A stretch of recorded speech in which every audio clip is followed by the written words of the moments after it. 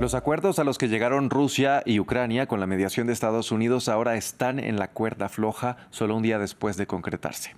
El punto de la discordia son las garantías de seguridad en el Mar Negro. Para poder implementar la tregua, Rusia pidió a Occidente levantar por completo las sanciones vinculadas a su sector agrícola, pesquero y de fertilizantes y reconectar sus bancos al sistema SWIFT. Sin embargo, Europa se mantiene firme y dijo que para ello Moscú tiene que poner fin a la guerra y retirar sus tropas. Beata Boina es analista internacional, doctora y profesora de Relaciones Internacionales en el TEC de Monterrey y nos acompaña a esta hora con el análisis. Beata, bienvenida. Buenos días, un gusto saludarles. Bien, teniendo en cuenta que el Mar Negro es clave para la exportación de granos y el control naval, ¿qué implicaciones estratégicas tendría una concesión en las garantías de seguridad para Rusia y Ucrania? Mira, yo creo que la posición de la Unión Europea en ese contexto pues es bastante firme y de hecho ya ha habido declaración de la portavoz de la Comisión Europea diciendo que efectivamente puede haber retirada de sanciones siempre y cuando vamos a tener la retirada de las Fuerzas Armadas rusas del territorio de Ucrania. Obviamente no va a ocurrir. Yo diría que es una declaración a nivel de portavoz de la Comisión Europea, entonces siempre hay un espacio, cierto espacio para la negociación, pero me da la sensación de que en ese contexto pues aparece, podríamos decir, el tema crucial en esas conversaciones que hemos visto entre Estados Unidos, Ucrania, Estados Unidos, Rusia, que es el papel de la Unión Europea, que básicamente es la organización que ha impuesto pues 16 rondas de sanciones a Rusia y es el actor clave para tomarlo en cuenta precisamente a la hora de buscar las soluciones a la guerra de Rusia contra Ucrania. Y yo diría que en ese contexto, obviamente, el espacio del Mar Negro y buscar esa especie de, digamos, alto el fuego en ese Mar Negro es muy importante, pero recordemos que ya tuvimos al comienzo de la guerra, desde 2022 hasta 2023, un acuerdo precisamente que permitía la salida de los granos ucranianos y el comercio de los granos a través del Mar Negro. Y hoy se regresa a este tema porque podríamos decir es el tema que genera menos controversias, ¿no? Por eso Trump, frente a lo que pues hemos visto, la respuesta negativa de Rusia a un alto el fuego completo, pues se ha agarrado de alguna forma de este asunto del Mar Negro, que como digo, es muy importante, pero en principio, pues básicamente yo diría que sirve más que nada para una especie de construcción de las medidas de confianza más que la búsqueda de la solución completa a lo que es la guerra de Rusia contra Ucrania.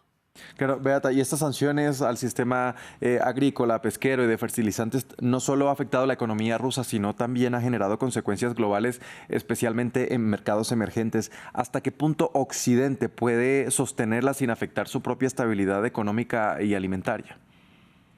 Mira, yo creo que hay que aclarar aquí un tema muy relevante. En primer lugar, la Unión Europea no impuso las sanciones al sector agrícola ruso que afecten a los países terceros, ¿no? O sea, quiero decir que hay libertad de que Rusia comercie con otros países en el sector agrícola, incluyendo aquí todos los productos agrícolas y también los fertilizantes. Entonces, podríamos decir la solicitud de Rusia pues no es totalmente cierta, o sea, eso es por una parte. Lo que sí es cierto es que la Unión Europea impuso sanciones al banco ruso que es encargado precisamente de los temas agrícolas y en ese sentido lo que busca Rusia es desbloquear su acceso al sistema SWIFT que está en Bélgica, en Bruselas, para poder, digamos, tener más facilidades en el comercio internacional de esos productos agrícolas.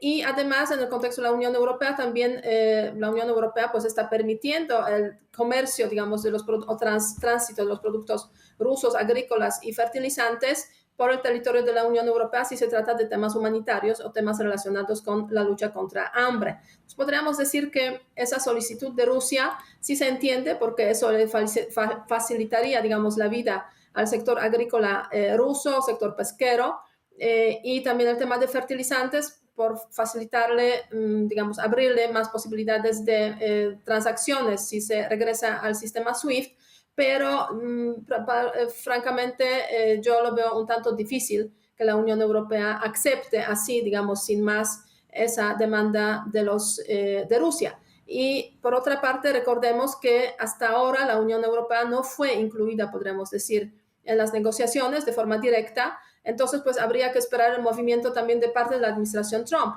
que es la que ha manejado este tema, a ver cómo van a buscar, digamos, esa conexión, esa inclusión de la Unión Europea en las negociaciones. Me imagino que no de forma directa, porque ni siquiera Rusia y Ucrania negocian de forma directa, sino a través precisamente de la mediación y las reuniones Estados Unidos, Rusia, Estados Unidos, Ucrania. Así que yo diría que no es cierto que lo que está pasando en el sector agrícola hoy en día entre Rusia y Unión Europea afecta a los precios de los productos agrícolas en el mundo. De hecho, eso sí pasó, digamos, ese temor en el año 2022, pero hoy en día básicamente podríamos decir que los mercados globales han logrado pues ajustarse a las nuevas realidades y hoy en día pues no hay problemas en cuanto a la venta de los productos agrícolas por el tema de la guerra de Rusia contra Ucrania. Podría haberlos si se regresara a una situación complicada, por ejemplo, en el Mar Negro.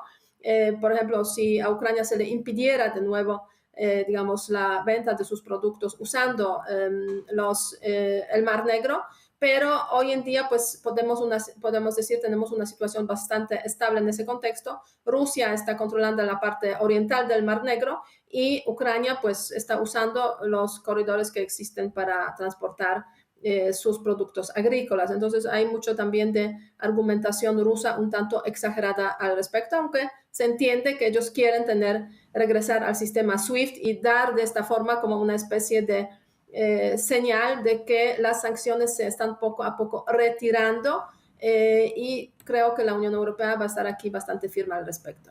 Claro, sobre todo porque todavía no hay garantías de que Rusia pueda utilizar esto para seguir con su presión allí en la guerra en Ucrania. Beata, en términos históricos, conflictos como el de las Coreas o el de los Balcanes han mostrado que estas treguas frágiles pueden derivar en conflictos congelados. ¿Este es un riesgo real para la guerra en Ucrania? Yo creo que sí, efectivamente. La administración estadounidense está presionando mucho para un alto al fuego. Vemos que ha habido a lo largo de estas semanas pues muchos problemas a la hora de, por una parte, sentar las partes a la mesa de negociación y por otra parte, ahora vemos claramente que Rusia no tiene interés en un alto al fuego total. Lo aceptó ya Ucrania, pero Rusia no. Y está ahí, como podríamos decir, retrasando, ralentizando ese proceso.